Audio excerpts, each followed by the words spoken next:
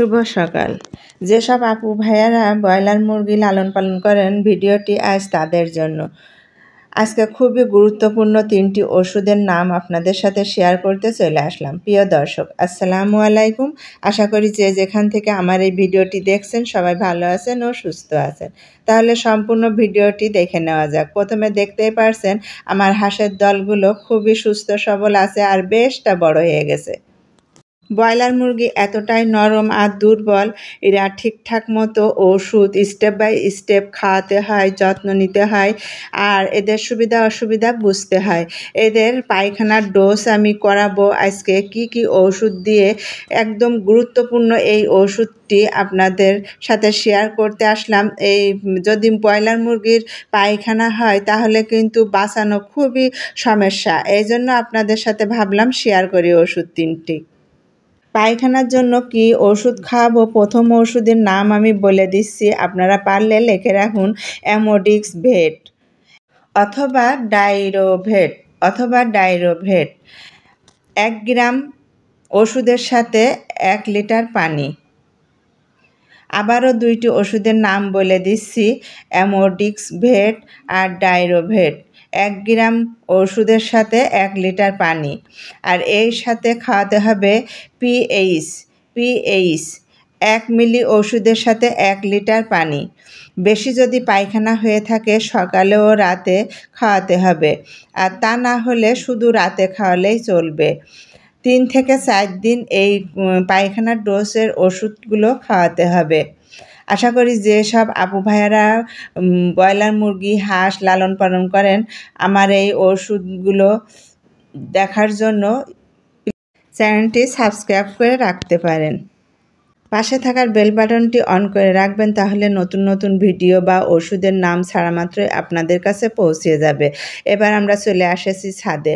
পুঁইশাক গাছ বানে উঠতে যেও উঠছে না, আর বৃষ্টি পেয়ে আলসি পালসি সেরেছে অনেক, তাই ভাবলাম উপর থেকে কেটে দিই। আর এই পুঁইশাকগুলো খেতে খুবই স্বাদ, আমি কেটে নিচ্ছি, দেখতেই পারছেন।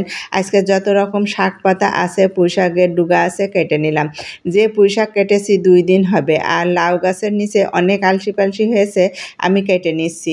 আর এই সাথে কেটে নিব কলমি শাকগুলো, তুলে নিব। এইসব ফল ধরুক বা না ধরুক, ভালোই শাক সবজি খাওয়া যায়। যেসব আপু ভাইয়াদের জায়গা আছে এই রকম শাক সবজি লাগিয়ে খেতে পারেন। আশা করি এই ভিডিওটি আপনাদের কাছে খুবই ভালো লাগছে। দেখতেই পারছেন কলমি শাক তুলে নিছি, একদম অল্প কয়েকদিনের ভিতরেই শাক খাওয়া যায়। আমি ভাবছি বেশি বেশি কলমি শাক লাগিয়ে দিব। লাল শাক বেশি হয়নি, 2-1টা হয়েছে, তবুও তুলে নিলাম। আজকে সকালের ডিউটিগুলো আপনাদের সাথে শেয়ার করতে পেরে আমার কাছে খুবই ভালো লাগছে। পুঁইশাকের গুঁড়ায় বেশি করে মাটি দিয়ে দিচ্ছি যেন আরও ভালো হয়। আর উপরের ডুগাগুলো তো কেটে নিলাম, দেখতেই পেলেন। প্রতিটা গাছের গুঁড়ায় আমি মাটি দিয়ে দিব। আর আমার এই সব করতে করতে কখন যে 2-2.5 ঘন্টা কেটে যায় আমি একদম টের পাই না। এবার স্থায়ী সবজির বেডে দেখতেই পারছেন আমি উস্তে গাছ লাগাইছি, মিষ্টি কুমড়া গাছ, পুঁই শাক গাছ, বরবটি গাছ, পেঁপে গাছ, তারপরে বেগুন গাছ, কাঁচামরিচ গাছ, লতি থেকে কচু গাছ লাগিয়েছি। আর এই আমটার এত যত্ন নিচ্ছি।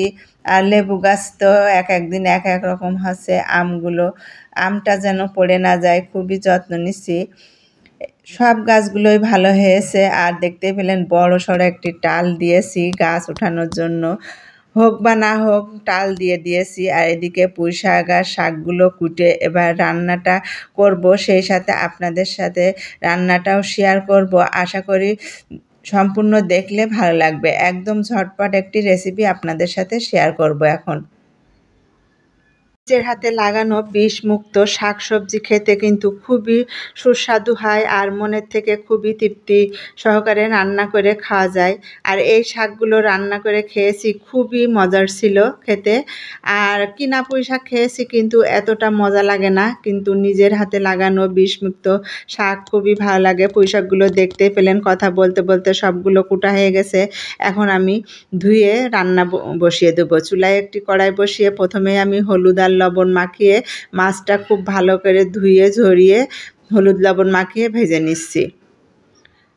ভেজে নেওয়া হয়ে গেছে, এখন উঠিয়ে নিছি। উঠিয়ে নেওয়ার পরে আমি এখানে দিয়ে দিব পেঁয়াজ কুচি আর কাঁচামরিচের ফালি। আমি আদা রসুনের সাথে কাঁচামরিচ পেস্ট করে রাখি, তবুও একটু দিচ্ছি, বেশি পুঁই শাক একটু ঝাল ঝাল হলে ভালো লাগবে। এখানে আদা রসুন পেঁয়াজ আর কাঁচামরিচ পেস্ট করে রেখে দিই, সেইগুলো আমি নিয়মিত রান্না করি। এবার গুঁড়ো মশলাগুলো দিয়ে দিব, হলুদ, জিরা, ধনিয়া, স্বাদ মতো লবণ, জিরার গুঁড়া, এইগুলা দিয়ে খুব ভালো করে নাড়াচাড়া করে কষিয়ে নিচ্ছি।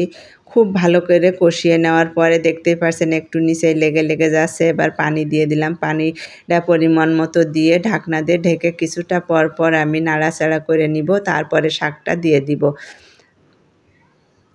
শাকটা সাথে দিয়ে দিলে বেশি গলে যায়, এই জন্য আমি ডাঁটাটা আগে কষিয়ে কিছুটা সময় সিদ্ধ করে নিই, তারপরে শাক দিয়ে আমি একটু পরে নাড়াচাড়া করে দিই, তাহলে একটু সিদ্ধ ঠিক মতো হয় আর সবুজটাও থাকে। আর মাছটা দিয়ে নামিয়ে নিলাম। আজ এই পর্যন্ত। সবাই ভালো থাকবেন, সুস্থ থাকবেন। আল্লাহ হাফেজ।